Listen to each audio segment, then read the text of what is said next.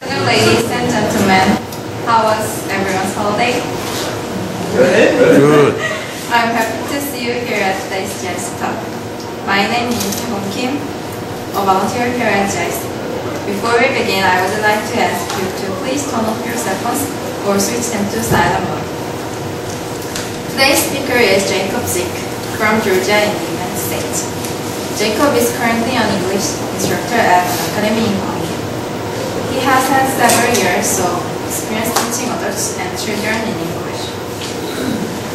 He earned a BS in construction management and minor in business at Georgia Southern University. Currently, he is focusing on his master's degree in adult and continuing education at Kansas State University with a specialization in digital teaching and learning. So, what do you think makes someone a good teacher? No matter how great a teacher is, we know that studying always depends on oneself. In other words, the best students could be people who have a passion for learning. It means while we may not be in school, we continue to learn in various ways. Today's topic is self-directed learning, which is the idea that a learner can continue to gain knowledge without the use of traditional schooling. Self-direction is useful for learners as well as teachers. This presentation will discuss the concept of what learning is and then explore self-directed learning. Ladies and gentlemen, let's welcome our speaker with a big round of applause.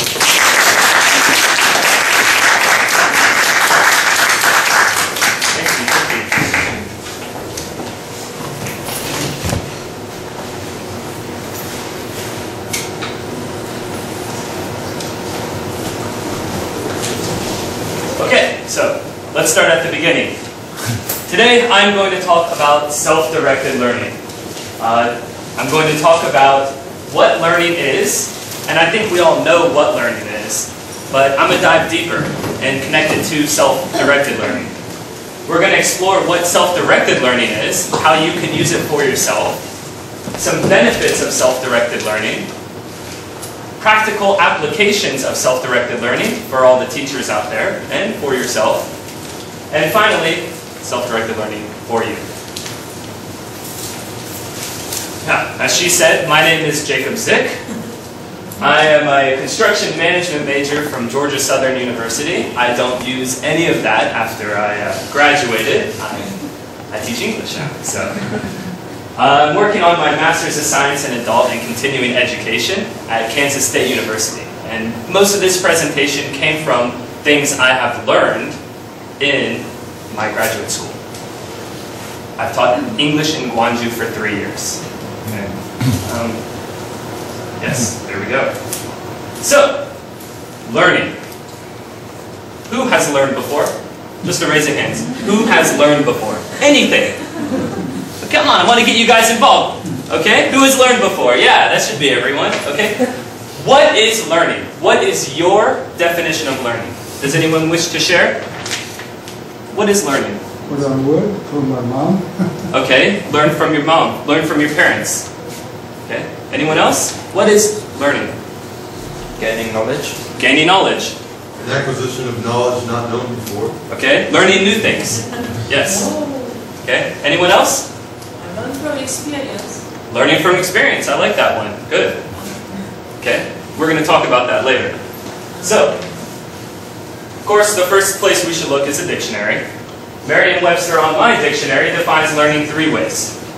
The act or experience of one that learns. Of course. Number 2, knowledge or skill acquired by instruction or study. We go to school to learn. Yes, we study to learn.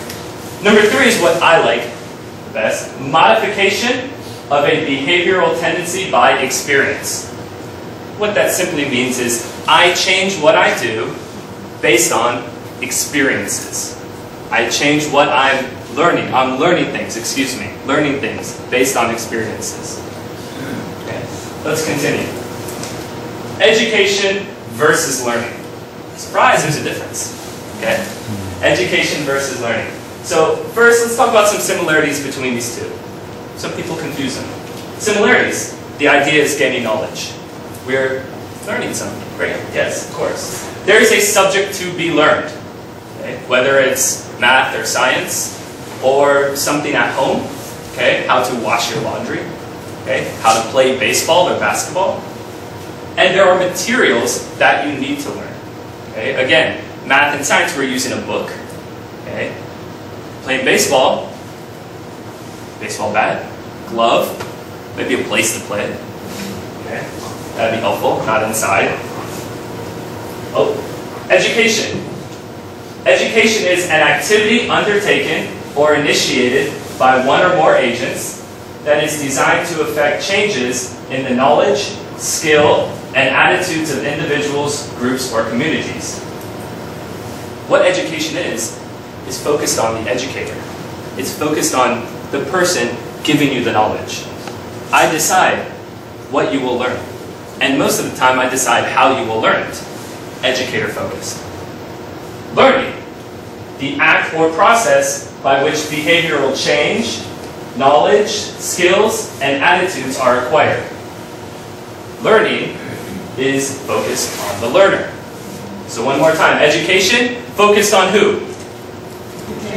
The educator, very good. And learning, focused on who?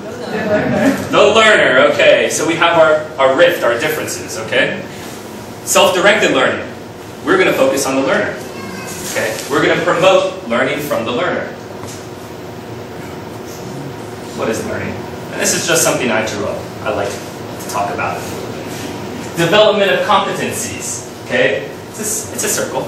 It's cylindrical. Okay? Development of competencies. I am understanding, I am learning something. I'm gaining an understanding of something. I'm becoming competent in something. When I become fully competent in something, fulfillment of potential. Okay? Oh, I've learned to play baseball. I've learned to hit a ball. That is my fulfillment. And then we have the growth. As a person, I am growing. I have learned that skill. It's cylindrical for a reason. It's cylindrical because after you grow, maybe you want to develop something more. And you want to continue this process. So we continue a circular pattern. One thing that is very important about learning, as she said earlier, learning is a change due to experience. Okay? So as we grow, we use our experiences to change. Okay? Let's keep that in mind, everyone. Learning is a change due to experience. Next slide, please. Everyday learning. Okay? Now, we learn every day. Okay? I'm sure most of you learned something about me today. Just a little bit. Not too interesting, I'm sure. Everyday learning. What have you learned? So today, or the past week, have you learned anything? Anyone? Swimming. Swimming? Nice, okay. Anyone else? Making coffee? How to make coffee? Okay. I'm horrible at that. I need to learn that. Anyone else? Okay. So yeah, we learn at school. But surprise, we learn outside of school as well. Okay. These are just some examples of places we learn. So, we have our traditional schooling. Okay, up here, students, classroom, kind of similar to this. They're learning the subject. But we also have woman and man at the mechanic. And it looks like the mechanic is teaching the woman a little bit about her engine. Okay, it's not traditional schooling, it's not traditional learning, but she is learning something. She's learning about her car, maybe her radiator. I don't know. We got Homer Simpson down here, confused. He's learning about how to use a map, how to read a map. Okay? We have a group of people learning on the job. Okay? And I'm sure a lot of you have taken on-the-job training. Maybe when you first get a job, to continue your skills at that job. And the next three, at the airport, at the grocery store, and at the subway, those are places we learn every day. Okay? I know most of the foreigners here, we've had a learning curve at all those places. Okay? Your first time at the airport, you're ready to walk through the machine. Wait, you gotta take your shoes off. Great, I'm ready to walk through now. Beep, beep, beep. Oh man, I gotta take all this stuff out of my pockets too? Okay? It's a little bit of learning, just a touch. At the grocery store. I know here in Korea, it's a little different than America. I'm ready to buy some vegetables, right? I got my broccoli ready. But what do I have to do? I have to go up and weigh it. I have to go get a sticker. Now in America, we take it to the front. So here in Korea, it's a little bit of a learning curve to understand, hey, it works a little different here. And of course at the subway, especially when it's not in your language, that is the biggest learning curve. Okay? I need help and a lot of hand signals, but if you do it once, the second time should be easier. You'll learn. Okay, now we're diving into self-directed learning. Self-directed learning, also known as SDL. I may call it SDL. Okay? We're going to talk about the concepts of self-directed learning, a little background. We're going to talk about the process you guys can use for self-directed learning, and then where you can find content. I've lowered it. There's a lot more. I could talk all day, but we have time limits and constraints here. So, first, concepts. And we're going to start off with this very handsome fellow here. His name is Malcolm Knowles. Malcolm Knowles wrote the first accounts of informal adult education. Okay? And Malcolm Knowles is from the 1970s when he started. And he started talking about how you can teach adults that's different from children. Okay? And I know all of you, if you're a teacher and you teach adults and you have taught children or seen a child education, very different. Okay? With adults, he promoted a flexible process. When I teach, I should be flexible to my learners, to my adult learners. Maybe I shouldn't teach on a one-way linear path. I should use their experiences, what you have in you to teach. Use of experience. Be flexible to the people you are teaching. It will help them learn. Alright. Next, more recently, Stephen Brookfield. Stephen Brookfield focused more on self-directed learning. Stephen Brookfield created self-directed learning, and it was seen as self-teaching. Now, self-directed learning, self-teaching. So in self-directed learning, he said, hey, we're not just learning, we're being the teacher as well. So the best way to learn is by teaching. I know as a teacher, I've learned so much, okay, about my students, about what we're learning, about the process. Okay? So go ahead and say, if I want to learn something myself, I'm going to be my teacher and I'm going to be the student. Learners take control of the mechanics and techniques of learning. So, you have fast ways of teaching yourself. You know the best way to teach yourself. You are you. Thank you, Steve. Philip Candy. Delicious. Okay. Conceive this personal autonomy. Meaning, take controls of goals and purposes of learning. Okay? It's on you. It's self. It's you. So you say, these are the goals I want to achieve. This is what I want to do. Assume ownership of learning. So if you're learning for yourself and you don't achieve what you want, guess who that is on? It's on you. That's on you. So don't put it off. Okay? And we're going to learn about planning a little bit later. Okay? You got to plan properly. You got to plan for yourself. Traditional learning we have in school, lecture learning, sorry, much like this, is not assuming ownership of your learning. Okay? It's allowing an agent or a teacher to shove knowledge down your throat. Right? So with self-directed, we're pulling away from that idea. We're saying, hey, you should learn for yourself. General goals. General concepts of self-directed learning. It is internal and self-planned. Internal to yourself, self-planned, planned by yourself. Okay? Let's dive deeper into this. Internal. The power of completing a learning process comes from you. Mr. Candy said that. Delicious Candy said that. Previous experiences guide the success. Okay? When I want to learn something, I'm using what I have learned in the past to help me now. Okay? Imagine baseball. We're learning to hit a baseball or catch a baseball. Okay? Some experience I have in the past is maybe working on computers and perfecting my hand-eye coordination. How my hands and eyes work together. Okay? Now we can use that for baseball. Okay? Previous experience also goes traditional methods. Okay? With upper level sciences or say like physics. You need a background in your math, your experience with math, to help you with physics, to help you understand. It's self-planned. The goals are set by you. And I said this before, and I'll say it again, it's important. You have to pinpoint what you want to learn, what you need. The process of learning is set by you. What works best for you? How do you learn best? And you're going to learn about yourself as well, of course. All right. It can be formal, informal, and surprise, there's another one, non-formal. Okay? So let's talk about those. All right, teacher. 3 types of learning in SDL. Formal, informal, non-formal. Formal learning. Has anyone had formal learning before? Yeah. Again, everyone's hand should be up. I'm just baiting you guys. It's fine. Learning is learning in which the content is chosen by others and presented to the learner. Force-fed. Okay? Force-fed. Yeah, I'll say it in a bad context, I'm sorry. But that's the learning we've all done. It's very oppressive. It brings you down. You must learn this. You must memorize this. Well, how can you connect that to your experiences? How can you learn well from being force-fed something you don't understand in your own life? Okay? Let's take math, for example, as a student. Okay, growing up, we've all learned math a little bit. Okay? Some of us did well.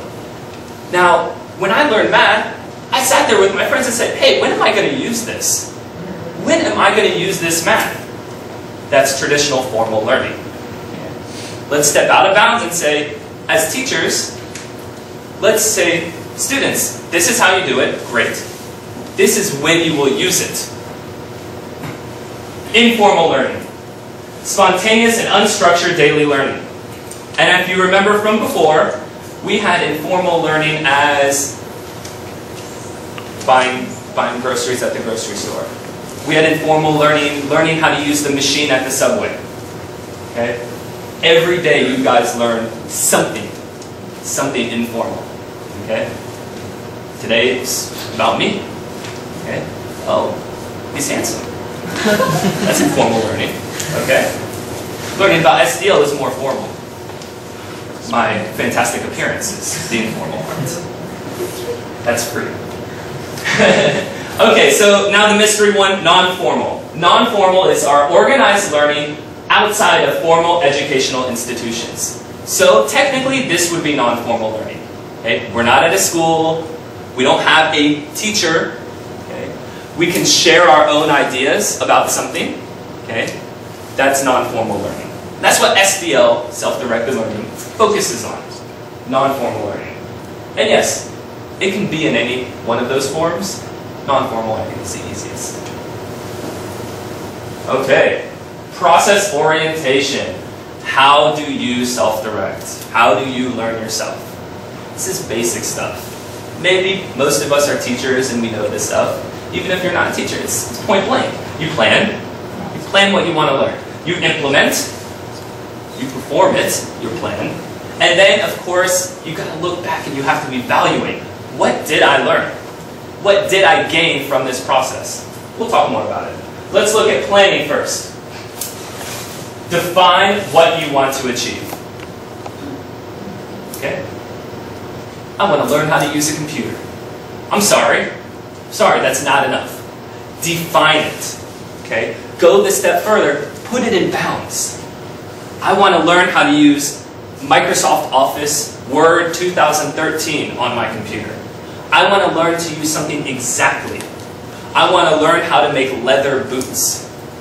Okay? I want to learn how to make, what is it, baekkimchi? Okay? I want to learn how to make white kimchi. Okay? Learn, pinpoint what you want. Don't say it too generally. It's going to be difficult to set goals and achieve them. Okay? Define what you want to achieve. Specify learning resources and strategies. Specify what you need to learn. How can you use that? Okay? As I said earlier, leather boots. What do you need to make leather boots? You need tools. Of course. I'm not using these guys only. You need leather. Okay? Of course. How to make kimchi. I've never made it before. You guys are going to have to help me with this. How do you make kimchi? What do you need? Cabbage first. Cabbage! Hallelujah, someone knew it. Okay? We'll start with cabbage. Okay? Anything else to make kimchi? Pepper. Pepper. Spicier the better. Okay? We got cabbage, we got pepper, we got a lot of vegetables. There's a lot of different types of kimchi. So you're going to need to focus on what type of kimchi you want, and then get your required resources to make that kimchi. Okay? This also works for making maybe a model airplane or a model car. Okay? Find out what you need, get those things. If you don't have them, get them. Set incremental goals. Set incremental goals. Incremental is step by step. Yes, we have our overall goal. We have what we want to achieve. It's important in self-directed learning to set incremental goals along the way. Okay? You can measure your progress using incremental goals. Maybe it's too far away, whatever you want to achieve. Kimchi's not that difficult, okay? But maybe making a model airplane or a model house, something like that, it's too big of a process. You keep looking far up there, it's too far. I want to take small steps, set my goal. Another step, set the goal. Set incremental goals. To help you with incremental goals, set target dates. Say, hey, I want to finish this first goal by next week. Set your dates. You don't have to. I'm not forcing you guys to do anything. I can if I want. Pretty tough. But I'm not forcing you to set target dates. Okay? The idea with target dates is we can measure our progress. Am I achieving what I want to achieve the time I set? Maybe I'm not achieving it. I need to go faster. Maybe I'm too fast. Fantastic. Okay? Fantastic. Our last step in planning.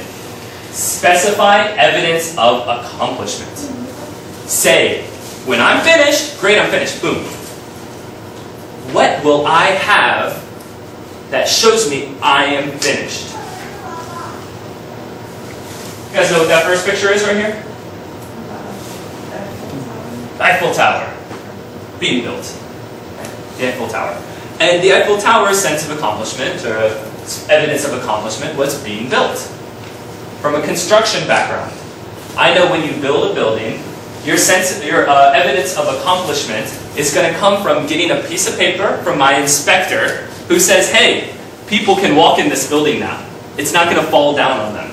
Or something's not going to fall and hit their head. That's my evidence of accomplishment. Making a model airplane. What would your evidence be for making a model airplane? There we go. It's going to fly. Okay? Airplane itself. Airplane itself. Okay, the plane itself, it's going to fly. It's going to go. It's going to move. Okay? That's my evidence of accomplishment. That last picture, kids in a cardboard boat. So, yes, maybe you have your evidence of accomplishment, but it's not exactly what you want. Great, but you got your evidence. You succeeded in making the cardboard boat. Now, good luck. Okay. That was planning. Once we plan, we need to implement. Okay, I got my plan. Take your time with your plan. Probably the most important part. Okay? Now we have to implement that plan. This is easy. The easy breezy here. We got mom and dad to help us with implementing our plan. So dad says, keep focused on your goals. Trust your plan. Okay? Thanks, Dad. You're the best. Okay, keep focused on what your goals were. Focus on your overall goal. Focus on your next incremental goal and get that goal. Trust your plan. When you're in it, don't start deviating from the plan you've set. Stick on it. That's why you made the plan. That's why it's there. Mom says, visualize your success. Yes, I'm at step 1 right now. I see way back there my success. Finishing and achieving my goals. That means that will promote me to do better at this. Don't let failure stop you. Okay? Thanks, Mom. That one helps. Okay? Don't let failures happen. We've all failed. A few times. I would like to meet the person who has not failed. You're incredible. Don't let that failure stop you. It's just a hiccup. It's just a trip. Keep going. Okay? Keep implementing your plan. Succeed towards your goal. All right, Mom and Dad. Last, we have evaluate. Planning, important. Implementation, okay. Pretty breezy. It's also important to evaluate after you self-direct your learning. Okay? And a lot of people, me as a student, I never would have thought of this. But when you learn something, you should take a step back. You should look at the process you did. Did I do the process the best way I could have? Can I change it for next time? Evaluate. Success or failure? Whoops, sorry, success or failure. Okay? Success or failure. So, the outcome, is it a success or is it a failure? Great, a failure. You fall off the horse, what do? You walk next to that thing, it's dangerous. No, you get back on the horse. Okay? You get back, hop on that guy. Okay? You're going to fall off a few times. Get back on the horse. Try it again. Evaluate and adjust. So, great, I finished my goal. I learned what I wanted to. I made leather shoes. They look horrible, but I made leather shoes. Okay? I succeeded in my goal. Now I want to adjust. How can I change it for next time I want to self-direct? How can I make it better? Plan, implement. What's number 3? Evaluation. Evaluate. Content. So, I'm self-directing, I'm learning something. Where do I find my information? With formal learning, with teachers, we get our information from where? The school, the teacher. People looking like me, handsome and such. Okay? We get our information from the person up front. Okay? Self-directed learning, you gotta find the information. There's a lot of places we can do that. I have 4, they're pretty basic. First place, internet. We've all used the internet. It's the 21st century, we use the internet. A lot of information there. Positive things for the internet. Simple to use. We got Google. Korea has Naver. Type, boom, boom, done. You find some information. There are a wide range of subjects.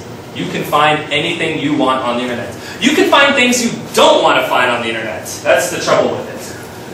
Quick location time. Okay? Split second. Google tells you how fast it found it. 0.000004 seconds. Wow, it found all that information in less than a second. Okay? The bad side of the internet. Is there one? Anyone? Bad sides of the internet? Too much? Yeah, you gotta sort through it. There's a lot of stuff. Anyone else? It's not all true. Yeah. Not all true. Okay? I've been reading a book recently. It talks about the amateur professional. The amateur professional. Interesting terms. Okay? We have an amateur. We have someone who's they're not professional, and then we have the professional.